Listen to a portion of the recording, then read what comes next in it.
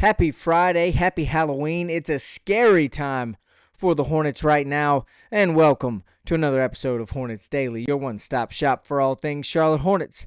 As always, represented by the good people over at FanArc, and I'm your host, Vance Ballard, but you know by now you can call me VB. I want to thank everybody out there for watching today, joining along with us. If you haven't already, hit that subscribe button, leave a like and a comment down in the comment section.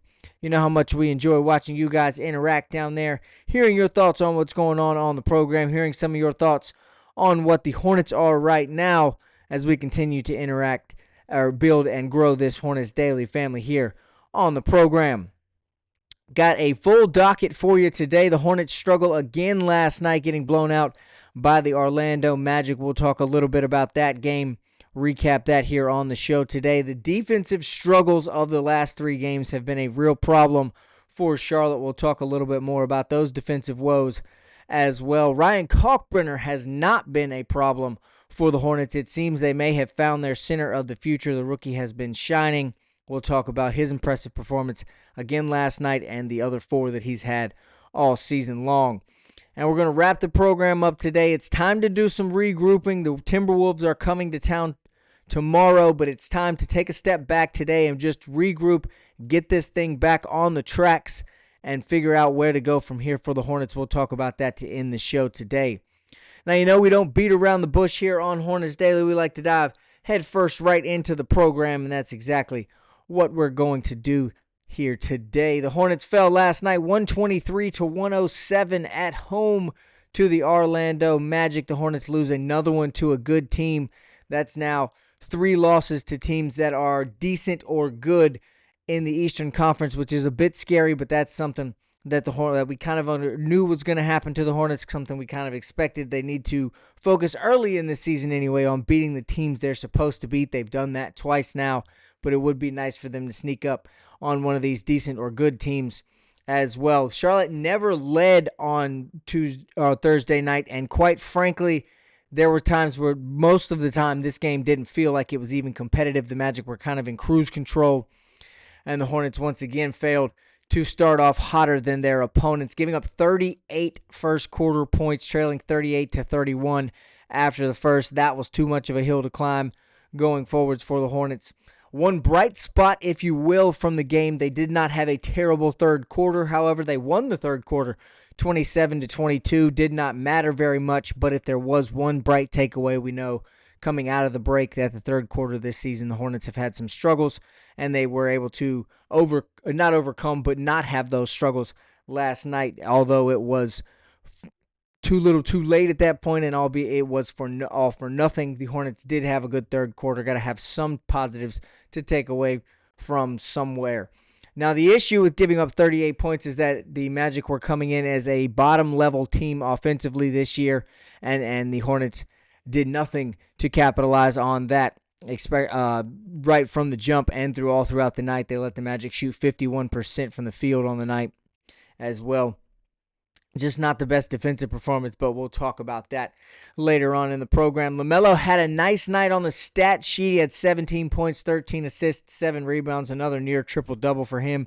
He was, however, bad from beyond the arc. Just 1 of 9 from three-point land, had 4 turnovers. The turnover bug struck the Hornets as a whole pretty hard last night, 21 on the night for the team. But LaMelo had a decent night in the stat sheet. He didn't have his best performance of the season by any means, but he has done well moving the ball. Another double-digit assist game. I told you that was something he was going to be much better at this season, and he's done a wonderful job of moving the ball around, facilitating, finding his teammates. Just last night, it was a struggle on the defensive end, more so than the offensive end. Kalkbrenner, who we'll talk about at length here in just a little bit, continues to be a bright spot for the Hornets. He had a big night starting his 5th game of his NBA career. Not the only rookie to start last night, as the Hornets, for the first time in franchise history, started 3 rookies. Con Knipple, Sion James, Ryan Kalkbrenner joined the likes of LaMelo and Miles Bridges last night to run out for the starting lineup. Kalkbrenner has looked like a 5-year veteran compared to what we thought he would when he was drafted in the second round. He has been a very impressive addition for this Hornets team. He's been a surprising piece so far going forward. Sion James had another decent night on the floor again. He doesn't stuff the stat sheet too hard. Only had 8 points, but he does everything outside of the stat sheet that the Hornets are asking him for, and he does it all better than they would expect him to do it. He is. I think I'm comfortable saying that right now he's the best on-ball defender on the Hornets roster, which has got a lot to do with why he played 28 minutes last night and why he is in the starting lineup this early in the season. That's what he is very good at. That's where Sion James thrives, and it's more outside the stat sheet, outside the box score that his impact is felt, and it was felt last night again. The overall defense struggled, but I thought Sion looked pretty good last night.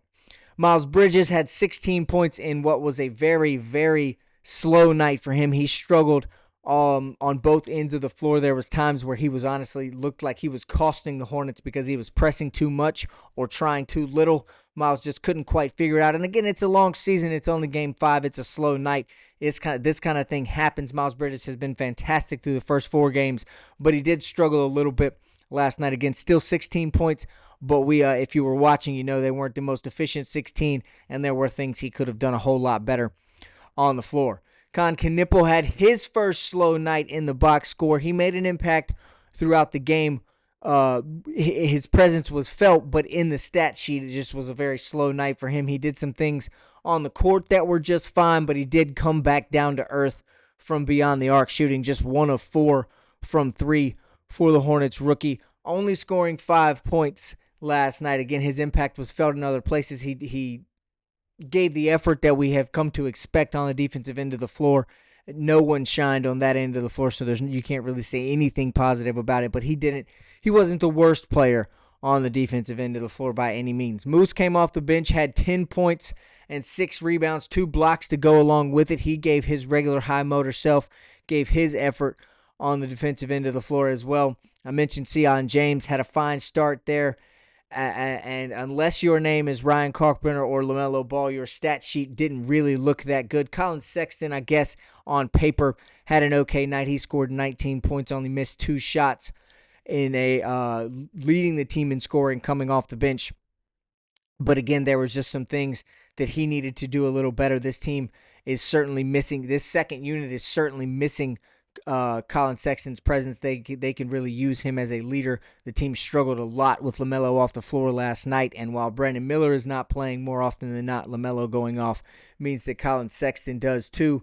And this is not a knock on Trey Mann. He had his best performance of the season so far last night. He came out and looked really good in the first half. It was nice to see him getting himself back into his rhythm, back into Trey Mann form that we've all come to know and understand. But Colin Sexton's absence in that second unit has been felt. They need another leader on that team, that guy who raises the intensity. Yes, Trey Mann is a more than capable ball handler, but having another one alongside of him like Colin Sexton in that second unit is going to be very important once Brandon Miller comes back.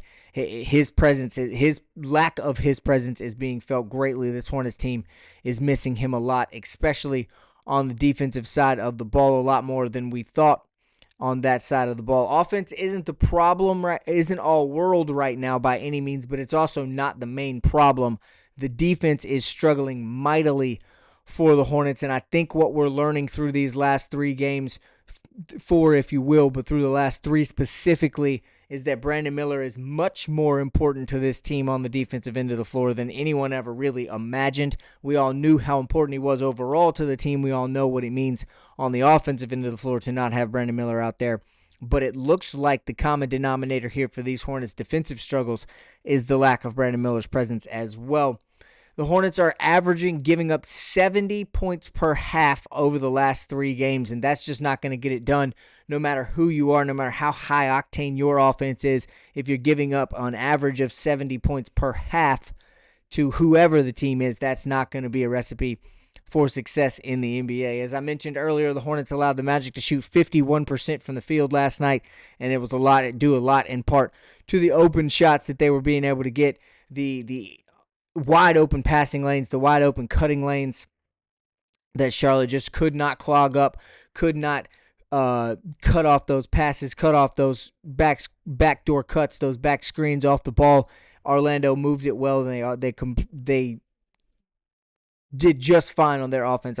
Forgot a word there. I can't think of the one I'm looking for, but Orlando on offense looked very good last night, due in part to the struggle defensively from Charlotte. The Hornets gave up 20 points to 3 members of the Magic and surrendered 3 30-point quarters to the Magic. Again, that goes on pace with that average of 70 points per half given up. They've given up over 120 in the last 2 games, 144 in the one before the Magic game, in the game against the Heat. That's 70 points per half for both halves of the game for the Hornets. So the defense for this team in the last 3 games has been a very big problem. It's been a concern, and it's starting to get a little bit scary. The panic meter on defense is starting to go up a little bit. The transition defense last night was not very good as well. Now, granted, it does not help your transition defense when you commit 21 turnovers, but the Hornets lost the fast break battle last night, 21-12 to the Magic. That's not going to get it done. We knew the defense in the paint was going to be a question mark all season long. Honestly, that's been one of the better spots that the Hornets are playing on defense right now. Kalkbrenner, Moussa Diabate each averaging over a block a game. Kalkbrenner has had more than 1 block in all but 1 game so far this season. So the defense in the paint has not been as bad or as much of a weak spot as people were thinking, as this organization was thinking going into this season. It's been everywhere else on the floor that's been the problem. They don't clog up the passing lanes, like I say. They don't clog up the cutting lanes for other teams. Orlando was able to find open guys at will last night. Miami was able to do the same while they moved the ball through this Hornets defense this week as well. They get caught ball watching a lot and all too often on defensive rebounding situations, giving up 14 offensive rebounds to the Magic last night, losing that battle 14-12. But they still gave up 14. They get caught. That again goes back to getting caught ball watching, not boxing out, and not being where you need to be in the right position on defense. There was a lot of the guards getting beat on the drive, forcing a big man to step out and help and leave his man wide open for an easy dump-off pass for 2 points. Again, that goes kind of in play to the ball watching, the guards just being a step too slow, not being in the right position to get where they need to be. Defense, we know, was a priority all offseason, according to Charles Lee. Everyone in the building, everyone involved in the organization, LaMelo Ball, Brandon Miller, the players as well, were focused on defense. It was one of their priorities. And so far, through 5 games, 3, maybe 4 of them, if you will, have not looked like they're paying off on the defensive end of the floor. This team's got to figure something out on that side of the ball. We knew coming into this year it was going to be a struggle. We knew even more when they trotted out 2 rookies on opening night. And again, it makes even more sense now that they're running out 3 in the starting lineup at times, despite one of them being a fantastic defender. It was going to be a struggle. It was going to take some time for this Hornets team to get where they want to be on the defensive end of the floor, for Charles Lee to fully get his defensive mindset to rub off on everyone on the team. But over the last few games, it's been more than a struggle. The patience for progress has started to turn into concern on my end, and I need to see some sort of progress from this Hornets defense. They need to figure something out while Brandon Miller is out. They need to figure something out in his absence that can help them stay ahead of the curve on the defensive side of the ball, make it look like they are making progress and are at least going forwards on the defensive end and not just reverting back to the Hornets of old that we have all watched and suffered through all too often here on that end of the floor, defensively specifically.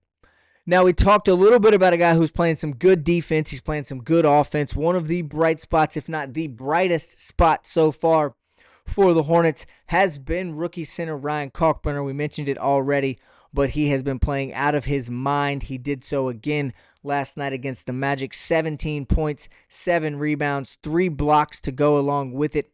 Oh, and in case I forgot to tell you, he just does not miss shots. He's averaging 11 points per game, 7 rebounds a game, but he's shooting 90% from the field on 25 of 27 shooting from the floor so far this year. He just does not miss shots around the rim. When he was taken in the second round Everyone thought that the Hornets had just selected another project center, another guy they needed to wait to develop on, someone they knew was a stud on the defensive end of the floor, as he is the four-time Big East Player of the Year coming out of Creighton. But they thought offensively it was another project, another guy who was going to need some time to develop and catch up, and that has been the furthest thing from the case with Ryan Kalkbrenner. He utilized his offseason to prove a point to Coach Charles Lee and the rest of this Hornets organization that he is not someone who needs time to develop. He is already NBA ready, and he has shown that through 5 games. He earned his starting spot in the preseason and right now has done nothing to let go of the stranglehold he's had on that center position. He's had at least 1 block in every game so far this season. Again, another 3 against the Magic last night, or in all the games except for one. I apologize. He did have 1 game that he did not have a block in, but he had 3 last night. Can't stress enough that he does not miss around the rim. Folks, 90% shooting through 5 games in your rookie season. It doesn't matter if 90% of those makes are dunks. The making the shots at that high level. Miles Bridges missed 3 dunks last night, so that's possible to do as well. Kalkbrenner's offensive efficiency has been unbelievably impressive and surprising to everyone involved with the Hornets organization, in my opinion. Now, there's no denying that at times he could use a step quicker in one direction or the other on the defensive end of the floor. We saw that against the Wizards and Alex Sarr. He was kind of out of position, getting beat up and down the floor, but he's figuring those things out. That's something that can come with time. He can get that. He can learn that quickness, and if he can't learn that quickness, he can learn how to be where he needs to be to overcome not being quick enough, if that makes sense. Great defenders like Ryan Kalkbrenner are able to know their weakness and utilize it to their advantage as well. Again, Kalkbrenner still very much learning in the NBA, but having a center be so much further along than originally anticipated really benefits the Hornets. It looks now like they may have their center of the future. It's not going to be as big of a panic mode, freak out situation at the deadline to try and find a big man, to try and find someone to anchor this team inside, as Ryan Kalkbrenner seems to have already been able to take that role, and he's only getting better at it. He's filling it out. And as I've said, it's going to benefit the Hornets because it will allow for them to play Moose and Kalkbrenner on the floor at the same time. Moose can move back down and play his more natural 4 position. He's looked good at the 5 this year as well, but now he can translate that into his more natural power forward position whenever Charles Lee feels ready to utilize them 2 on the floor at the same time. And in my opinion, when that comes, it's going to be the Hornets' best defensive lineup, especially on the interior. Diabate and Kalkbrenner, both great rebounders, both very good defenders. Diabate's athletic.